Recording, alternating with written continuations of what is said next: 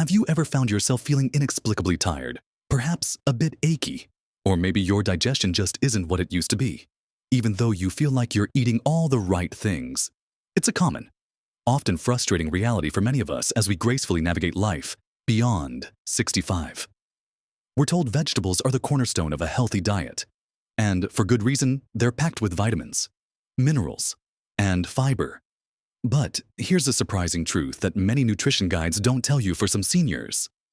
Certain common vegetables, often lauded as superfoods, can actually be silently contributing to a decline in our vitality, energy, and overall health. It's a painful reality to discover that something you believe is helping you might actually be holding you back, making you feel sluggish, uncomfortable, or even exacerbating existing health issues. In this video, we're going to pull back the curtain on 7 specific vegetables that, for many of us over 65, might be doing more harm than good, and we'll explore why and what you can do about it. This isn't about fear, it's about empowering you with knowledge. So, stick around, because by the end of this video, you'll uncover a surprising truth about a vegetable you might be eating every single day, thinking it's a perfectly healthy choice that could actually be affecting your well-being. Let's dive right into our first category of vegetables that might need a second look for those of us over 65: the leafy greens, specifically spinach, kale, and collard greens. Now, I know what you're thinking, but these are supposed to be superfoods. My doctor tells me to eat more greens. And you're absolutely right. Generally speaking, they are incredibly nutritious. They're bursting with vitamins like A, C, and K, along with important minerals like iron and calcium. For years, we've celebrated them for their fiber content and antioxidant power. However, there are a couple of specific considerations for seniors that often get overlooked, and they're really important for your long-term health and comfort. First, let's talk about vitamin K. Spinach and kale are incredibly rich in this vitamin, which is fantastic for blood clotting and bone health. But here's the crucial point if you're taking blood-thinning medications, especially warfarin. A sudden, significant, or inconsistent intake of vitamin K can directly interfere with your medication. Warfarin works by reducing the clotting ability of your blood, and vitamin K essentially does the opposite. If you eat a lot of kale one day and very little the next, your medication's effectiveness can fluctuate wildly, leading to either a higher risk of clots or a higher risk of bleeding. It's not about avoiding these greens entirely if you're on blood thinners, but rather about maintaining a consistent intake. If you suddenly decide to start daily massive green smoothies, it could throw your blood levels off, and that can be a serious health concern. My friend Margaret, who is on blood thinners, loved her daily spinach smoothie. She thought she was doing herself a world of good, but she started feeling constantly drained and experienced some unusual bruising. When she discussed it with her doctor, they realized her inconsistent vitamin K intake from the smoothies was making it difficult to manage her medication dosage effectively. Her doctor helped her adjust her routine, emphasizing consistency over elimination, but it was a real wake-up call for her. The second consideration with these otherwise wonderful leafy greens, and this applies whether you're on blood thinners or not, is their high oxalate content. Oxalates are natural compounds found in many plants, and spinach is particularly notorious for them, along with things like rhubarb and almonds. In healthy individuals, oxalates usually pass through the digestive system without issue. However, for some seniors, especially those prone to kidney stones or with certain digestive sensitivities, a high intake of oxalates can be problematic.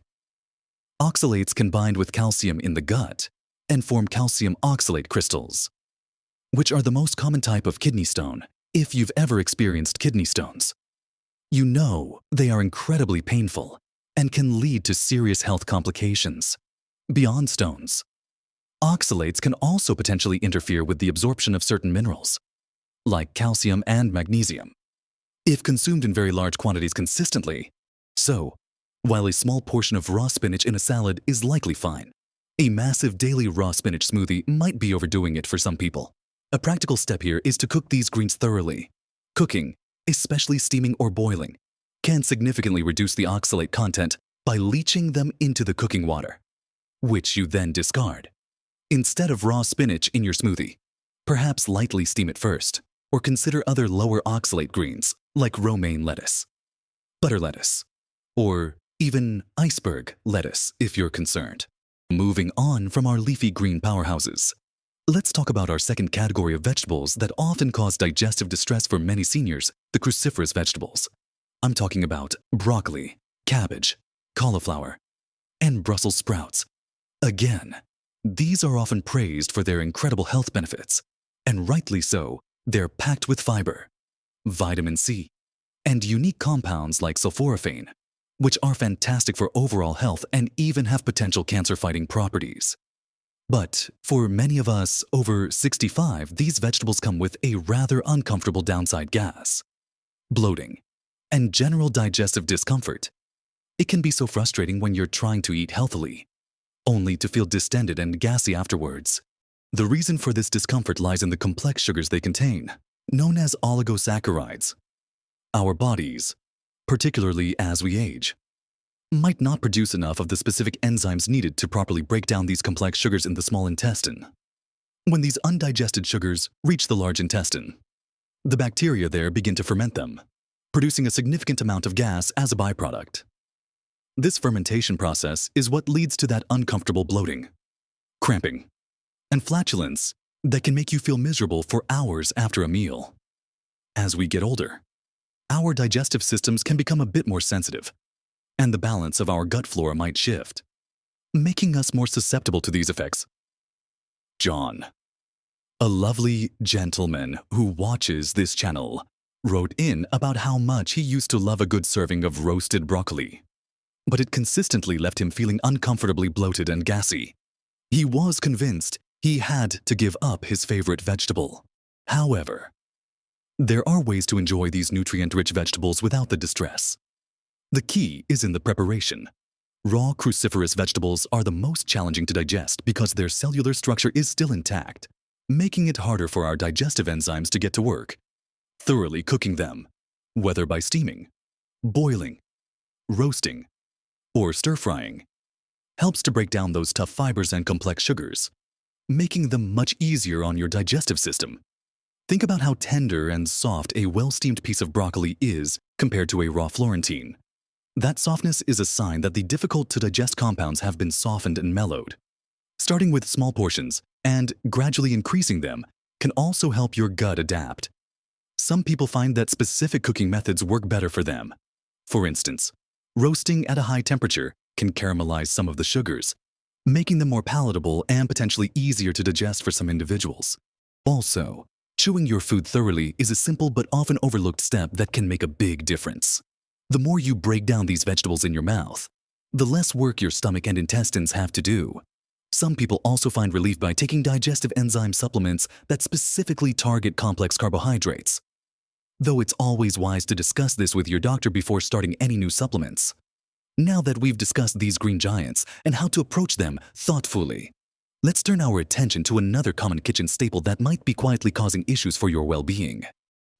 Moving on, let's talk about a vegetable that's a beloved staple in many households, often seen as a comforting and innocent addition to meals, especially around holiday times: corn. Now, corn has a place in a healthy diet, offering fiber and some vitamins. It's sweet, versatile, and in its many forms. It's found in everything from corn on the cob to soups and salads.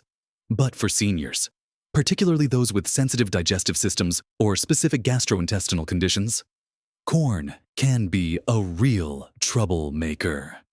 The primary reason for this is its high cellulose content. That tough outer shell on each kernel of corn, that's cellulose. And our bodies, especially as we age, simply aren't very efficient at breaking it down. This means that a lot of the corn you eat can pass through your digestive system largely undigested. While that might seem harmless, it can actually cause significant discomfort for individuals with diverticulosis or diverticulitis, conditions that become more common with age. Undigested corn can be particularly problematic. Diverticula are small, bulging pouches that can form in the lining of your digestive system. If undigested food particles, like those tough corn kernels, get lodged in these pouches, they can cause irritation, inflammation, and even lead to a painful flare-up of diverticulitis, which can require medical attention. Even if you don't have diverticulitis, corn's indigestibility can lead to bloating, gas, and abdominal discomfort, simply because your gut is working overtime trying to process something it's not really equipped to handle efficiently. My aunt, a wonderful cook, always complained about stomach upset after family barbecues. We'd tease her that it was the excitement. But after a bit of observation, we eventually realized it was the corn on the cob that was the culprit for her. She'd enjoy it, but then spend the rest of the evening feeling really uncomfortable. Beyond its tough exterior, corn, particularly sweet corn varieties, also has a surprisingly high sugar content, which can impact blood sugar levels for those managing diabetes or concerned about blood sugar spikes. A large serving of corn can be more akin to eating a starchy carbohydrate than a leafy green. So, what's the actionable advice here if you love corn? Moderation is key. Limit your portion sizes. If you have diverticular disease, it's often recommended to avoid whole kernels altogether. Instead, consider very finely creamed corn. Or even better, enjoy it in forms where the tough outer shell has been processed away. Thorough chewing is also more important with corn than almost any other vegetable. The more you break down those kernels before swallowing, the less work your digestive system has to do. Next up, let's shine a light on another category that often raises questions, especially for those dealing with aches and stiffness nightshade vegetables. Today, we're focusing on eggplant, but this group also includes tomatoes, potatoes, and bell peppers. And we'll touch on some of those later. Eggplant is celebrated in many cuisines for its unique texture and versatility, absorbing flavors beautifully in dishes like moussaka, ratatouille, or simply grilled. It offers some fiber and antioxidants, which are beneficial. However, eggplants, along with other nightshades, contain compounds called glycoalkaloids, with solanine being the most well-known for the vast majority of people. These compounds are harmless in typical consumption levels, but for a small percentage of individuals, particularly those with inflammatory conditions like arthritis, these compounds are believed to exacerbate symptoms such as joint pain, stiffness, and overall inflammation. It's a highly individual reaction, and the scientific evidence linking nightshades directly to widespread arthritis flare-ups is still developing. However, countless anecdotal reports from people just like you suggest a real connection. I had a viewer reach out to me, a lovely lady named Susan, who had been struggling with persistent knee pain for years. She tried all sorts of remedies with limited success. On the advice of a friend, she decided to experiment with cutting out nightshades, including eggplant, from her diet. Within a month, she noticed a significant reduction in her discomfort, something she hadn't experienced in years. It wasn't a cure, but it was enough to convince her that eggplant, for her, was a trigger. The best way to know if eggplant affects you is to try an elimination diet. Cut out eggplant and perhaps other nightshades like bell peppers, tomatoes, and white potatoes for a few weeks. Pay close attention to your symptoms, and then slowly reintroduce them one by one. If your joint pain or inflammation worsens after reintroducing eggplant, you found a potential trigger for your body. Cooking eggplant thoroughly can also help reduce the concentration of these glycoalkaloids compared to raw consumption. But if you're highly sensitive, even cooked versions might cause an issue. It's all about listening to your unique body. Following the discussion of eggplant, let's turn our attention to another common nightshade that holds a special place in our hearts for its comforting qualities: potatoes, particularly the white varieties. Potatoes are a staple in countless meals, whether baked, boiled, mashed, or roasted. They're a source of potassium and vitamin C, and let's be honest, they're incredibly satisfying. But for seniors, particularly those monitoring their blood sugar levels or struggling with weight management, white potatoes can present a hidden challenge. The issue primarily lies in their high glycemic index. This means that the carbohydrates in white potatoes are very rapidly converted into sugar in your bloodstream, leading to a quick and significant spike in blood sugar levels. For someone with diabetes, pre-diabetes, or even just a tendency towards insulin resistance, these rapid spikes can be detrimental over time. They put a strain on your pancreas, contribute to energy crashes after meals, and can make blood sugar management much more difficult. Many of us grew up with Sunday roast potatoes as a beloved tradition, and while an occasional small serving might be fine, making them a regular, large component of your diet when you're over 65 might be unintentionally contributing to blood sugar instability. Furthermore, how potatoes are prepared makes a huge difference. While a plain baked or boiled potato is one thing, fried potatoes, like chips or French fries, are a double whammy. They combine the high glycemic load with unhealthy fats and often contain harmful compounds like acrylamide, which can form when starchy foods are cooked at high temperatures. These processed forms of potatoes offer little in the way of beneficial nutrition and a lot in the way of potential harm for an aging body. One gentleman told me how he realized his after-lunch energy dips coincided with his daily large serving of mashed potatoes when he switched to smaller portions, or even half a potato, paired with more protein and non-starchy vegetables. He noticed a remarkable difference in his energy levels and overall alertness throughout the afternoon. What can you do if you enjoy potatoes? Choose smaller portions. Opt for healthier cooking methods like baking, boiling, or steaming rather than frying. Consider pairing your potato with a good source of protein and healthy fats, which can help slow down the absorption of sugars into your bloodstream. And as a brilliant alternative, sweet potatoes have a lower glycemic index and are packed with even more nutrients like beta-carotene, making them a healthier choice for many. It's clear that even the most seemingly innocent foods can have a hidden side for some of us. Next, we'll uncover the final two vegetables that might be silently affecting your well-being, including that surprising one I mentioned earlier.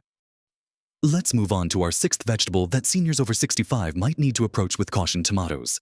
This is another classic nightshade, and it's a culinary darling, providing a burst of flavor, vibrant color, and plenty of lycopene, a powerful antioxidant known for its heart health benefits.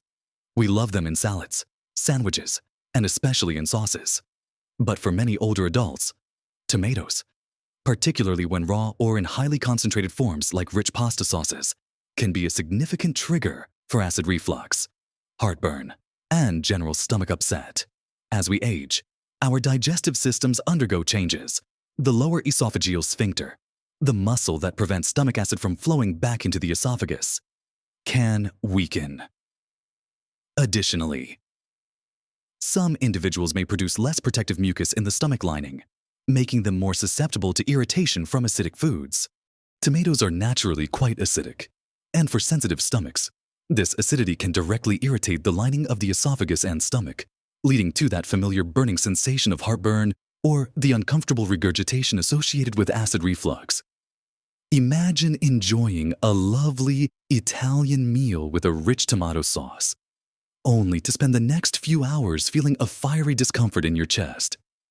My neighbor, a truly lovely woman, loved her summer tomato salads fresh from the garden. She ate them almost daily, but she would constantly be reaching for antacids, complaining of indigestion.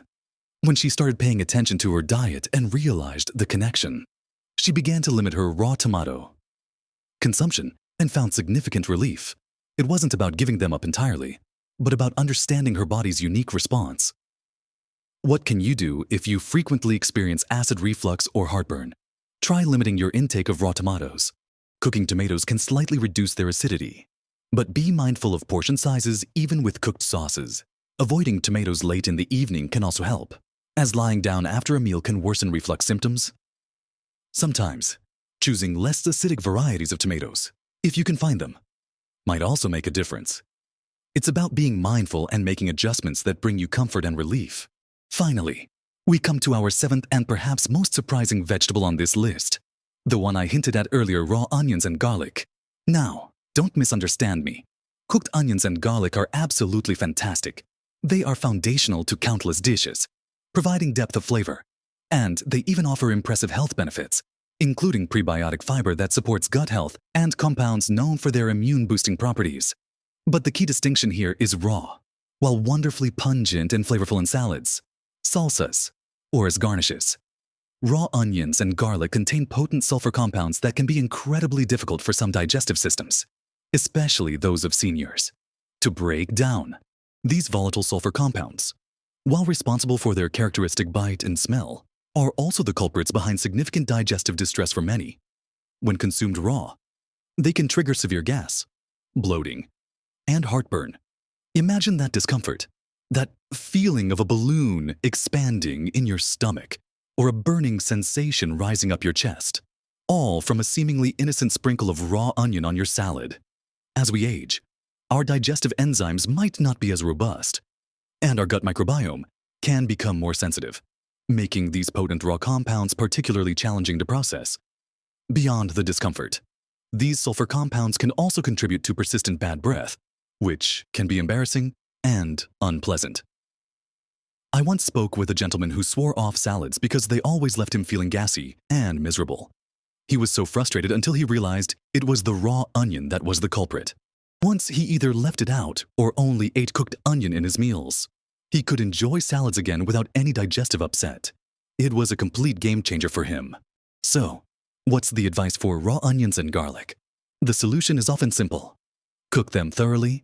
Heating them significantly mellows these problematic sulfur compounds, making them much easier to digest and reducing the likelihood of discomfort. If you love the flavor of onion and garlic, continue to enjoy them cooked in your dishes. If you're really keen on a raw onion flavor, start with very small, finely minced portions, or consider milder varieties like spring onion scallions, which are less potent. But if you find yourself experiencing digestive issues after meals that include raw onions or garlic, that's your body giving you a clear signal that it might be time to switch to the cooked versions. We've journeyed through 7 common vegetables, from your leafy greens and cruciferous favorites to corn, nightshades like eggplant, potatoes, and tomatoes, and even the surprising raw onion and garlic. The key takeaway isn't that these are inherently bad vegetables that you must banish forever. Rather, it's about understanding that as we age, our unique bodies might react differently to certain foods. It's about tuning in, listening to your body's subtle signals, and making informed, conscious adjustments that truly support your health and comfort. Remember, this isn't about fear or deprivation. It's about empowerment. It's about giving you the knowledge to navigate your diet in a way that truly nourishes you, enhances your energy, and improves your overall well-being. Small, thoughtful changes, like cooking vegetables thoroughly, moderating portions, or finding suitable alternatives that your body tolerates better, can make a world of difference in how you feel day to day. You deserve to feel vibrant, energetic, and full of life at every age. Don't let discomfort or confusion about food hold you back from living your best life. Every step you take towards understanding your body better and making wise food choices is a powerful step towards a happier, healthier you. What are your thoughts on these vegetables? Have you personally noticed any specific reactions to certain foods that we discussed today? Or perhaps others? Share your experiences and insights in the comments below. Your wisdom could help countless others in our wonderful community who might be facing similar challenges. And if you found this video helpful and enlightening, please give it a thumbs up to let us know, and subscribe to our channel for more practical advice and empowering content on living your best life as you age. We're here to support you every step of the way on your journey to vibrant health. Here's to nourishing your body wisely and living your best life. Vibrant and strong. At every age,